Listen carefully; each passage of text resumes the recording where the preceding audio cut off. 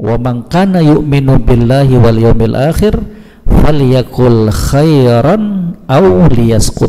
Hendaknya dia mengucapkan ucapan yang baik ataukah dia diam. Jemaah sekalian, mungkin ini nasihat yang sering kita dengarkan dari ustadz-ustadz kita. Mungkin ini nasihat yang terlalu sering untuk kita dengarkan dalam tausiah-tausiah. Tapi memang demikian kenyataannya. Perlu terus diingatkan. Karena orang katakan apa? Mulut itu, lidah itu enggak bertulang. Ya, baru dinasehati beberapa jam sudah terjatuh lagi dalam apa? Afatul lisan, kejelekan lisan. Baru saja dengarkan tentang bahayanya ghibah, sudah berghibah.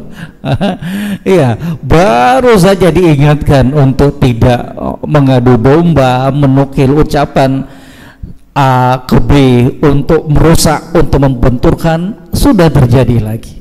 Makanya penting jemaah sekalian untuk sama-sama kita saling mengingatkan perkara yang satu ini. Karena itu juga kata Nabi sallallahu alaihi wasallam merupakan salah satu jalan keluar untuk keluar dari fitnah. Amsik alaika lisanak, jaga lisan kamu, kata Nabi. Nah, untuk menghindar dari fitnah, supaya fitnah itu enggak berkobar, supaya fitnah itu bisa meredam, salah satu tips yang diberikan oleh Nabi apa? Amsik alaika lisanak, jaga tuh mulut kamu, tahan mulut kamu, jangan ngobrol, jangan mengucapkan ucapan yang kamu akan menyesal akibatnya.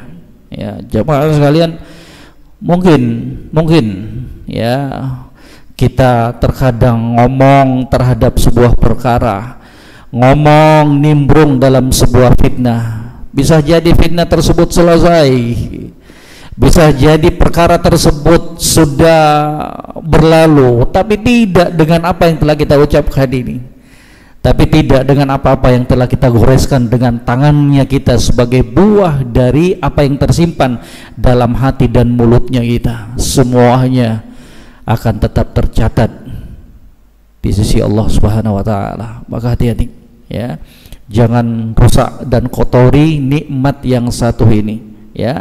Nikmat apa?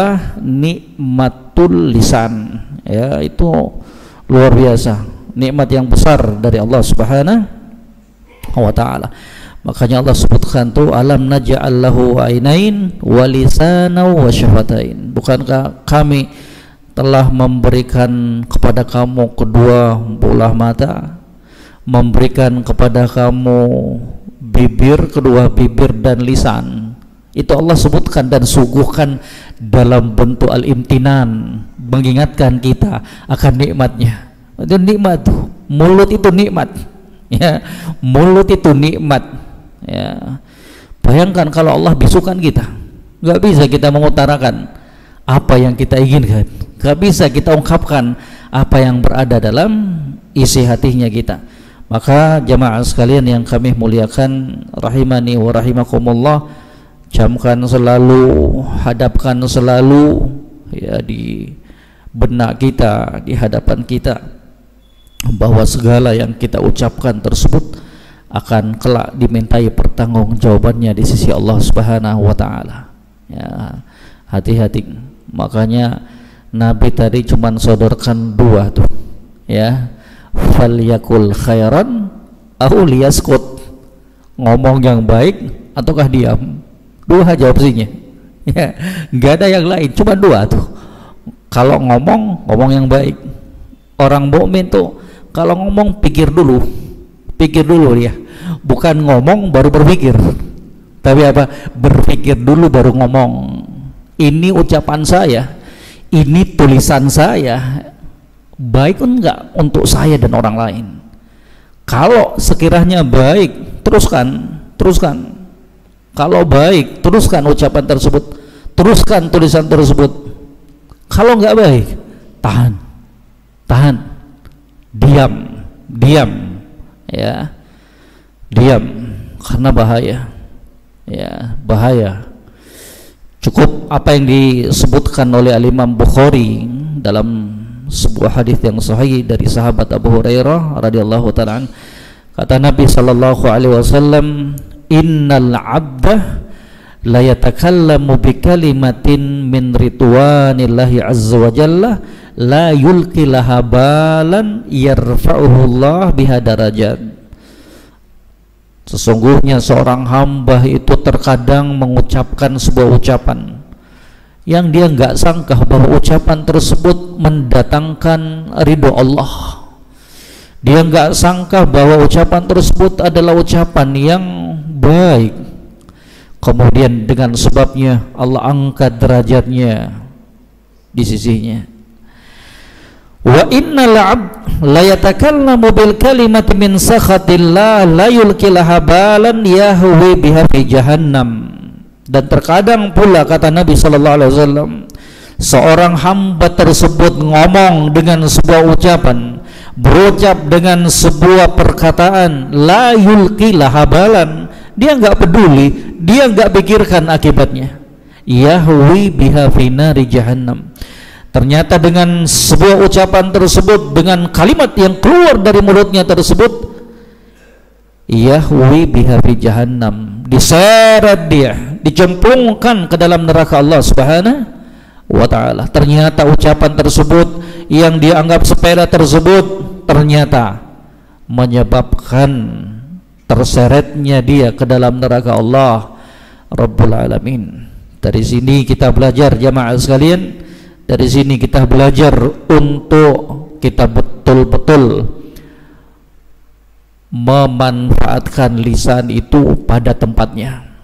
Jangan rusak nikmat tersebut, ya. Jangan rusak nikmat yang mulia tersebut, jangan rusak, ya.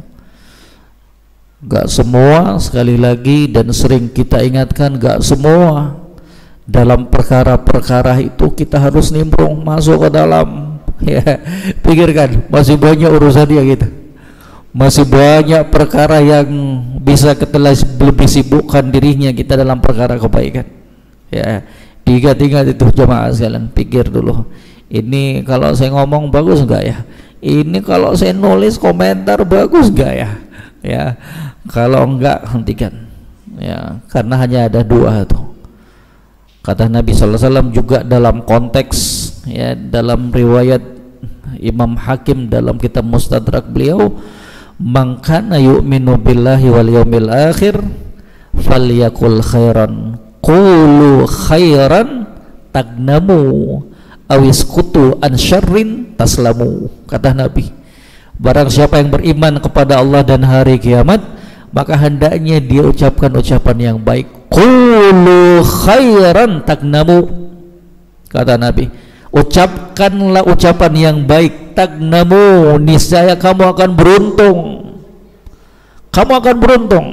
Dari ucapan-ucapan yang baik itu kamu akan beruntung. Wa qulu linnasi khaira, dan ucapkan ucapan yang baik kepada manusia, ya. Selamat kita, beruntung kita, ya. Satu kata yang mungkin kita anggap biasa, tapi ternyata membuat kebahagiaan ke dalam hati saudaranya kita. Ternyata dari rangkaian kata yang kita anggap biasa tersebut membuat hati ibunya kita senang, bahagia. Dan sebab itulah Allah Subhanahu wa ta'ala kemudian mengangkat derajatnya kita, ya. Awis kutu an syarrin taslamu, ataukah diam kalian, kata Nabi, diam dari ucapan-ucapan yang jelek, niscaya kamu akan selamat. Selamat, ya. Berapa banyak orang yang nyesal karena sudah terlanjur ngomong, ya. Udah berapa banyak orang-orang yang nyesal karena sudah terlanjur berbicara, ya. Dalam beragam sisi kehidupan, dalam kehidupan rumah tangga, ya. Dikit-dikit karena marah langsung keluar ucapan cerai. Baru nanya, sudah keluar ucapan cerai baru nanya, Ustadz ini jatuh enggak ya talaknya ini, ya. Jangan main-main jamaah sekalian, ya, jangan main-main, ya. Pergunakan tuh lisannya kita. Masih terlalu banyak perkara dalam kehidupan ini yang bisa kita pakai dalam perkara kebaikan lisannya kita.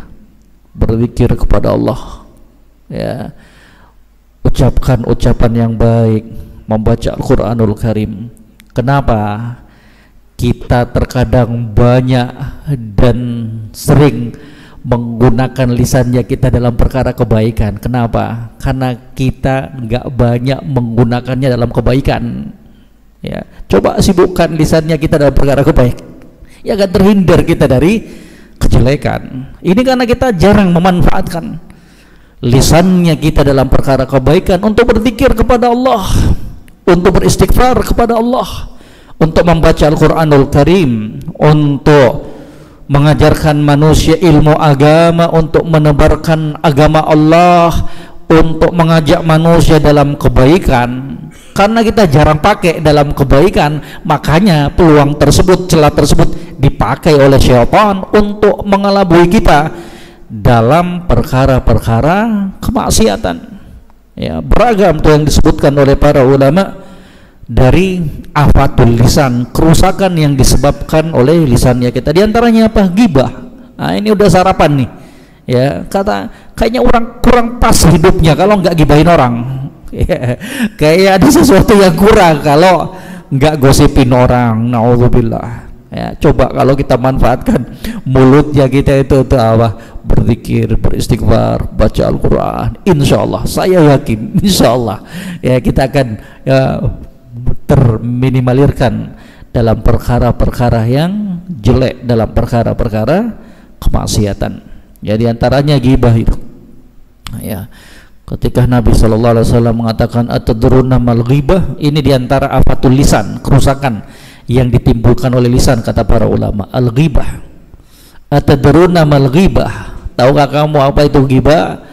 Kata para sahabat, Allah wa rasuluhu alam, hanya Allah dan Rasulnya yang mengetahuinya. Kata Nabi SAW, dzikruka akhaka bima yakrah, kamu menyebutkan, kamu menceritakan tentang saudara kamu perkara yang dia nggak suka untuk disebarkan, untuk diceritakan. Jadi hati-hati, ya, hati-hati ini jamaah sekalian.